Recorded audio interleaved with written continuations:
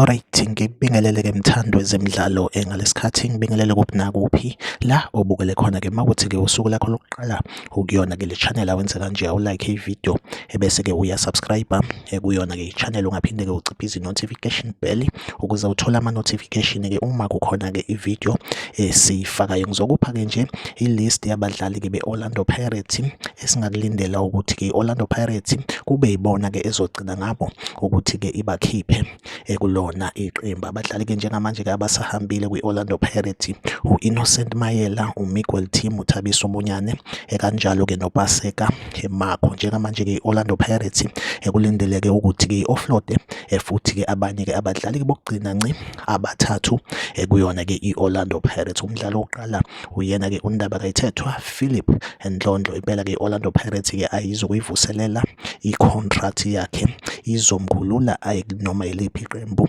elimdingayo. Bese kuba uGoodman Masele naye-ke ngenxa yokuthi-ke i-game time akayitholi, kanti-ke i-competition eningi kuyona-ke i-position yaseswini. Orlando Pirates nayo-ke ayizokuyivuselela i-contract kaGoodman Masele, okusho ukuthi impela-ke iy'nyawo zizogcwala udaka. Omunye umdlali uyena-ke laphana kuKatlego Kotlatisa, njengamanje-ke ubegijima kulona-ke iqembu leSekhukhune United. Orlando Pirates naye-ke futhi-ke ngeke ivuselele i-contract yakhe. Singakulindela impela ukuthi-ke laba badlali abathathu kube yibona bokugcina kwi-Orlando Pirates ukuthi-ke ibakhulule noma-ke imaphi amaqembu abadingayo-ke. Yona update engiyiphethe-ke njengamanje, like ividiyo, usubscribe kuyona-ke i-channel. Mina nawe asihlangabezane kwividiyo elandelayo, nisale kahle.